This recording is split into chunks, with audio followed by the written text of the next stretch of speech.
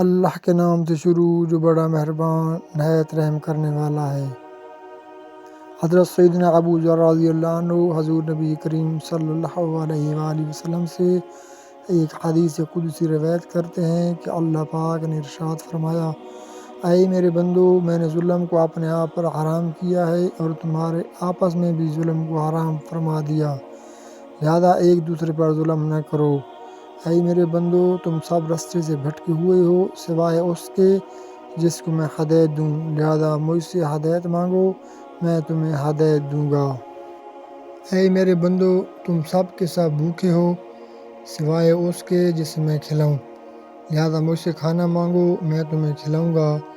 اے میرے بندو، تم سب کے سب برہنہ ہو سوائے اس کے جس کو میں لباس پہناؤں، لہذا مجھ سے لباس مانگو، میں تمہیں لباس دوں گا۔ اے میرے بندو، تم دن رات گناہ کرتے ہو اور میں ہی سب کے سب گناہ معاف کرتا ہوں، لہذا مجھ سے بخشش مانگو، میں تمہیں بخش دوں گا۔ اے میرے بندو، تم میرے نقصان کو نہیں پہنچ سکتے کہ مجھے نقصان پہنچاؤ، اور نہ میرے نفع تک تمہاری رسائی ہے کہ مجھے نفع دو۔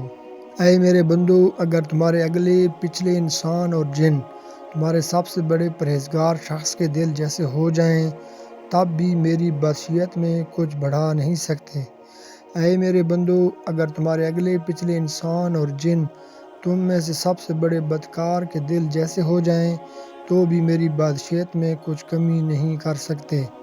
اے میرے بندو، اگر تمہارے اگلے پچھلے انسان اور جن ایک میدان میں کھڑے ہو کر مجھ سے سوال کریں اور میں ہر انسان کا سوال پورا کر دوں تو بھی میرے خزانے میں کچھ کمی نہ ہوگی، مگر اتنا ہی جتنا سوئی کو سمندر میں ڈال کر نکالا جائے، یعنی کچھ بھی کم نہ ہوگا۔